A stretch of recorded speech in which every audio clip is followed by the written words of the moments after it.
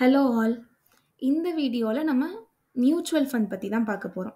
So ஜென்ரலா investment அப்படின்னு நம்ம எடுத்துக்கிட்டாலே நம்ம ஸ்டாக்ஸா வாங்கலாம். அல்லது ஆப்ஷன் ட்ரேடிங் நெறைய ட்ரேட் பண்ணி நம்ம ஏர்ன் பண்ணலாம். அந்த மாரி நெறைய வேஸ் இருக்கு. நெறைய வேஸ்ல நம்ம ஏன் பர்ட்டிகுலரா மியூச்சுவல் ஃபண்ட் பத்தி நம்ம கொஞ்சம் டீப்பா பார்க்குறோம் அப்படின்னு பார்த்தீங்கன்னா, மியூச்சுவல் ஃபண்ட பொறுத்தவரைக்கும் நெறைய அட்வான்டேஜஸ் இருக்கு. ஸோ நீங்க மியூச்சுவல் ஃபண்ட் ஆரம்பிக்கணும்னா ஷார்ட் வே தான். உங்களுக்கு ஒரு க்ரோ அக்கவுண்ட் இருந்தா போதும். அந்த க்ரோ அக்கவுண்ட்ல எக்ஸ்ப்ளோர் அப்படின்ற ஆப்ஷனுக்கு போயிட்டு, அங்க ஸ்டாக்ஸ், எஃப்&ஓ, மியூச்சுவல் ஃபண்ட்ஸ்ன்னு இருக்கும். ஸோ நீங்க மியூச்சுவல் ஃபண்ட கிளிக் பண்ணிட்டு, நீங்க அதிலேயே நெறைய பாப்புலர் மியூச்சுவல் ஃபண்ட்ஸ் அவங்களே அலைன் பண்ணியிருப்பாங்க. அதாவது லாஸ்ட் 3 இயர்ஸ்ல யார் அதிகமா பெர்சன்டேஜ் ரிட்டர்ன் குடுத்துருக்காங்களோ, அந்த ஆர்டர்ல அவங்க அவங்களாவே அலைன் பண்ணியிருப்பாங்க. சரியா? ஸோ ஆல்ரெடி நம்ம அந்த மோத்திலால் பத்தி ஃப பாப்புலர் ஃபண்ட்ஸ்ல இருக்க ஃபர்ஸ்ட் ஒன் மோத்திலால் பத்தி நம்ம ஆல்ரெடி வீடியோ போட்டிருக்கோம். ஸோ தேவைன்னா செக் பண்ணிக்கோங்க. ஸோ நெக்ஸ்ட் நெக்ஸ்ட் இதுல இருக்கிறது என்னன்னா, குவாண்ட் ஸ்மால் கேப். இது இதோட ஓவர்வியூ இத அனலைஸ் தான் நம்ம பண்ண போறோம். ஸோ அதுக்கு முன்னாடி மியூச்சுவல் ஃபண்டுக்கும் நம்ம நார்மலா ஒரு ஸ்டாக்ல இன்வெஸ்ட் பண்றதுக்கும் இருக்கிறதுக்கான டிஃபரன்ஸ் என்ன அட்வான்டேஜ் அப்படின்னு நீங்க கேட்கலாம். அட்வான்டேஜ் அப்படின்னு பார்த்தோம்னா நம் நம் ஆஸ் அ ரீட்டெயில் ட்ரேடர்ஸ் நம்மலாம் ஒரு ரீட்டெயில் ட்ரேடர்ஸ் தான். ஸோ நமக்கு நாலேஜ் அப்படின்றது இப்பதான் நம்ம கெயின் பண்ணிக்கிட்டு இருக்கோம். ஸோ இந்த மியூச்சுவல் ஃபண்ட்ல நம்ம போடுறது மூலயமா மியூச்சுவல் ஃபண்ட்ஸ் யாரு ஹேண்டில் பண்றாங்க அப்படின்னு பார்த்தீங்கன்னா, ஒரு ப்ரொஃபஷனல் மேனேஜ்மெண்ட் அவங்களே ஹேண்டில் பண்ணுவாங்க. எதுல என்னென்ன பண்ணணும் அப்படின்னு சொல்லிட்டு அவங்களே பார்த்து ஹேண்டில் பண்ணுவாங்க. அதுதான் இந்த மியூச்சுவல் ஃபண்ட்ல இருக்க பெரிய பிளஸ் அப்படின்னு சொல்லலாம். அண்ட் அஃப்கோர்ஸ் எல்லாத்துலயும் ரிஸ்க் இருக்கிற மாதிரி நம்ம எவ்வளோக்கு எவ்வளோ அதிக ரிஸ்க்ல போறோமோ அவ்வளோக்கு அவ்வளோ அதிகமான நமக்கு ரிட்டர்ன்ஸ் நமக்கு கிடைக்கும். சரியா? அது மட்டும் இல்லாம ஈஸிலி அஃபோர்டபுள்னு சொல்லலாம். இப்போ நம்ம ஒரு ஸ்ட்ரெயிட்டா ஒரு ஸ்டாக் வாங்குறோம்னா, நீங்க ஃபுல் அமௌண்ட்டையும் போய் பே பண்ணணும். எத்தனை ஸ்டாக் வாங்குறோமோ அவ்வளோ அமௌண்ட் நம்ம கிட்ட இருக்கணும். இதே இந்த மாதிரி நம்ம மியூச்சுவல் ஃபண்ட்ஸ்ல போட்டிருந்தோம்னா, நம்ம மந்த் ஒரு ஒரு டிசிப்ளின் பேஸ்டா நம்ம ஒரு எஸ்ஐபி மாரி நம்ம மந்த்லி நம்ம ஒரு ஃபிக்ஸட் அமௌண்ட் நம்ம பே பண்ற மாரி இருக்கும். ஸோ நான் அத உங்களுக்கு டீப்பா எக்ஸ்பிளைன் பண்றேன். ஸோ இன்னைக்கு நம்ம இந்த குவாண்ட் ஸ்மால் கேப் ஃபண்ட் பத்தி தான் பார்க்க போறோம். ஸோ இங்க பாருங்க. ஸோ இது ஒரு ஸ்மால் கேப் தான் அண்ட் ஆல்சோ வெரி ஹை ரிஸ்க்னு அவங்களே கொடுத்துருக்காங்க. ஸோ இங்க இது ஆக்சுவலி 3 இயர்ஸோட ரிட்டர்ன்ஸ் கொடுத்துருக்காங்க. சரியா? ஸோ ஸ்டார்டிங்கில் எப்போ 2021 இதோட ப்ரைஸ் 139 இருந்திருக்கு. இப்போ 295 ஆகிருக்கு. ஸோ நம்ம எல்லாத்தையும் கூட ஒன்றா பார்க்கலாம். ஸோ 1 மந்த்ல எவ்வளோ கொடுத்துருக்கு? 1 மந்த்ல இது நெகட்டிவ்ல தான் பாசிட்டிவ்ல தான் வந்திருக்கு. அதாவது 1.99% கொடுத்துருக்காங்க. 6 மந்த்ல பார்த்தீங்கன்னா 7.10% ரிட்டர்ன் கொடுத்துருக்காங்க. அதே 1 இயர் ஒரு வருஷத்துல 36% கொடுத்துருக்காங்க. 36%னா ₹1,00,000 நீங்க போட்டிருந்தீங்கன்னா உங்களுக்கு அந்த ஒரு வருஷம் முடியறதுக்குள்ள ₹1,36,000 நமக்கு வந்திருக்கும். நமக்கு மெச்சூர்டு வேல்யூவா வந்திருக்கும். ஸோ இதே நீங்க அதே 1 லேக்கை நீங்க ஒரு எஃப்டிலையோ ஒரு ஆர்டிலையோ போட்டிருந்தீங்கன்னா, அஃப்கோர்ஸ் எஃப்டில ஆர்டிலலாம் மினிமம் 7% ஆர் 6% தான் இருக்கு. ஸோ 6% 1,06,000 தான் நமக்கு மெச்சூர்டு வேல்யூவா வந்திருக்கும். அதே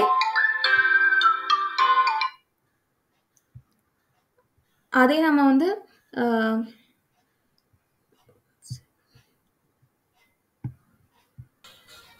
ஸோ 36% அப்படின்றது அதிகம்தான். சரியா?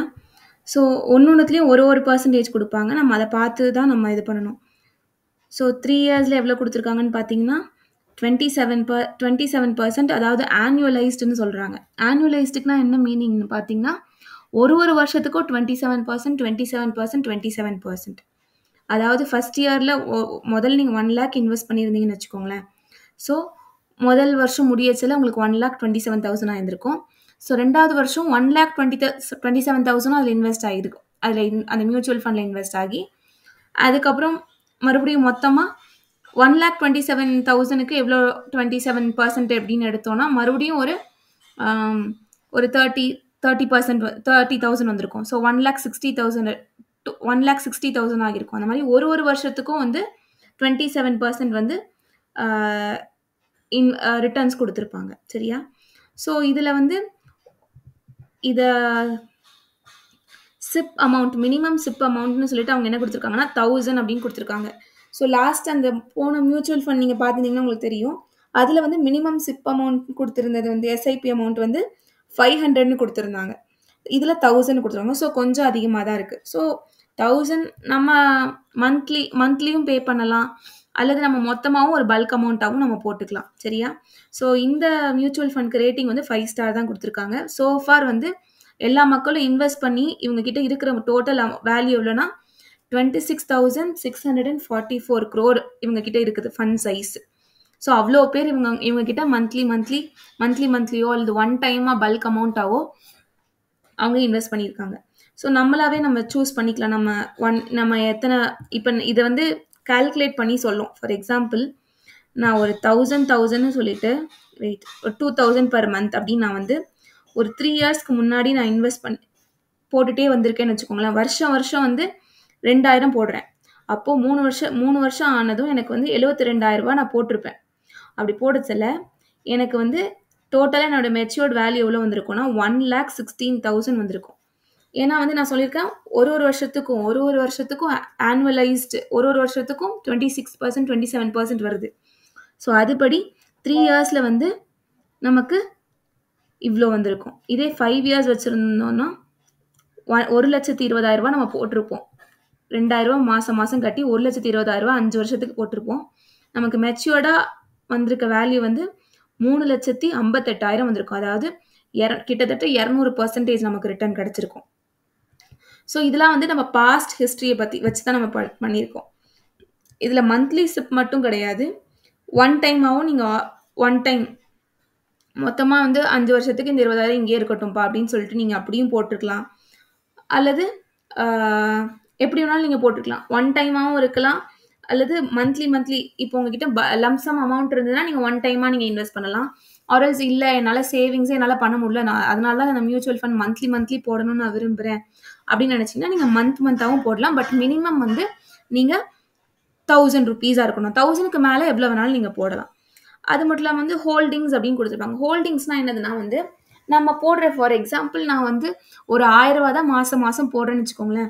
அந்த 1000 ரூபாவை அவங்க எப்படி ஈக்குவிட்டியில் பிரிக்கிறாங்க அப்படின்றது தான் இதில் இருக்குது. அதுக்கு முன்னாடி இங்கே கீழே வந்து பார்த்துக்கோங்க, ஹோல்டிங் அனாலிசிஸ்னு இருக்குது. ஹோல்டிங் அனாலிசிஸில் வந்து இவங்க 91% ஈக்குவிட்டிலையும் 7% கேஷாகவும் 1% டெப்டாகவும் வச்சுருப்பாங்க. ஸோ ஈக்விட்டி அப்படின்னா என்னதுன்னா இதுதான் வந்து ஈக்விட்டி எப்படி ஸ்ப்ளிட் பண்ணியிருக்காங்க அப்படின்றது தான் இது. ஸோ ஈக்விட்டினா எந்தெந்த ஸ்டாக்ல எத்தனை % அப்படின்றாங்க. இப்போ நான் 1000 ரூபா நான் போட்டிருந்தேன்னு வச்சுக்கோங்களேன். அந்த 1000 ரூபாயில் 9% வந்து இந்த ரிலையன்ஸில் வந்து 9%, அப்புறம் இந்த ஜியோ ஃபினான்ஷியல் சர்வீஸில் 6% அப்படின்னு சொல்லிட்டு அவங்களாவே ஒரு 77 ஹோல்டிங்ஸில் வச்சுருக்காங்க. ஸோ எல்லாத்துலேயும் எவ்வளோ பெர்சன்டேஜ் போடுறாங்க, டோட்டலாக நம்ம கொடுக்குற அமௌண்ட்டில் 91% வந்து அவங்க ஈக்விட்டியில் தான், அதாவது இந்த ஹோல்டிங்ஸில் தான் அவங்க இது பண்ணுவாங்க.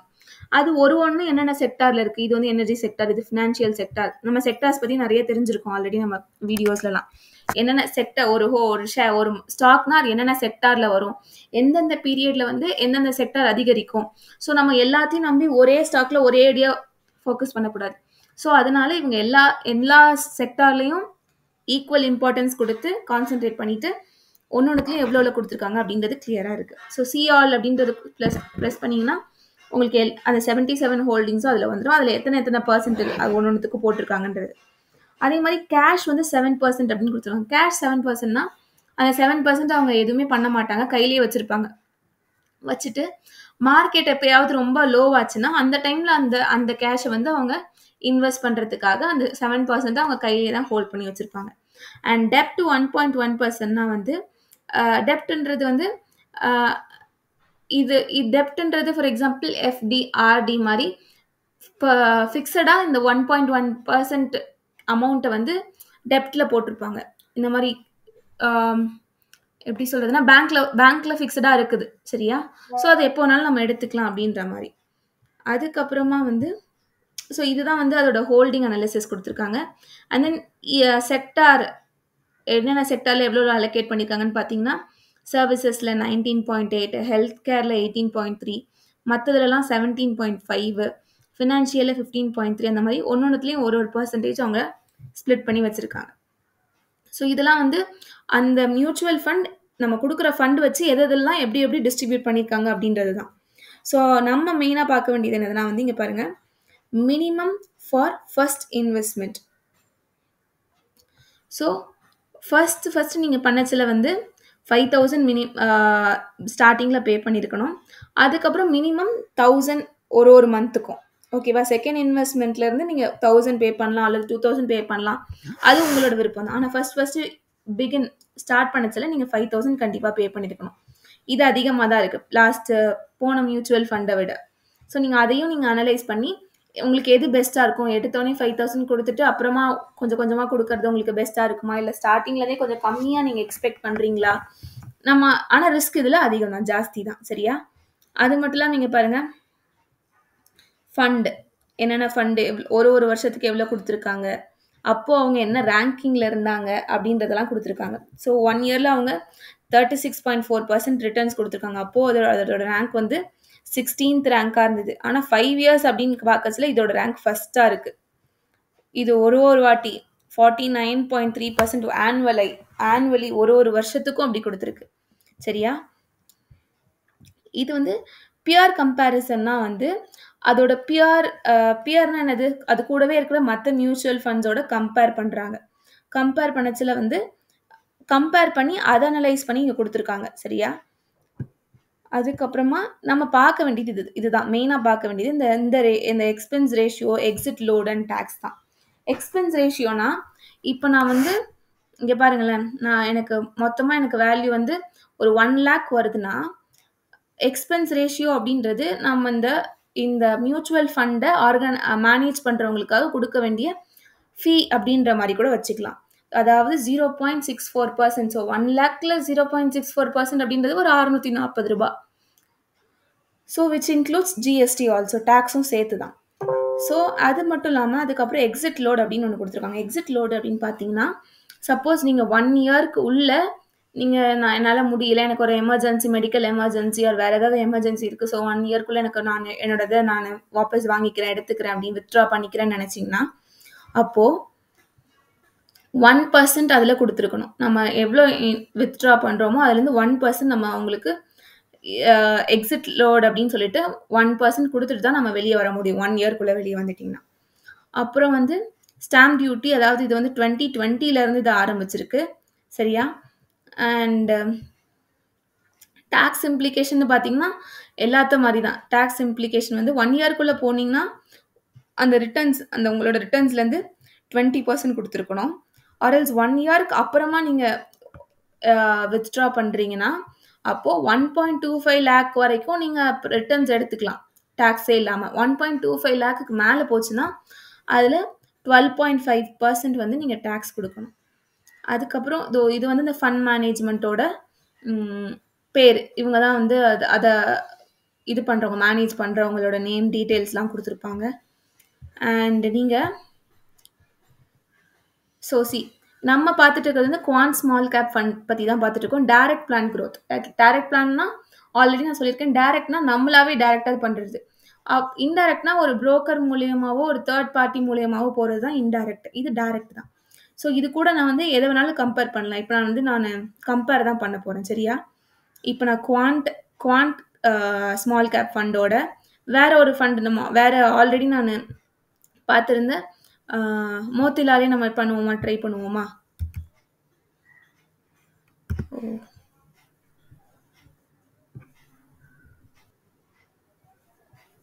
மோத்திலால். ஸோ நம்ம பார்த்தது I think mid cap fund நினைக்கிறேன். ஸோ இந்த மிட் கேப் ஃபண்டை பற்றி பார்த்துருக்கோம். சரியா? ஸோ இப்போ இது ரெண்டுத்தையும் கம்பேர் பண்ணுறோம்.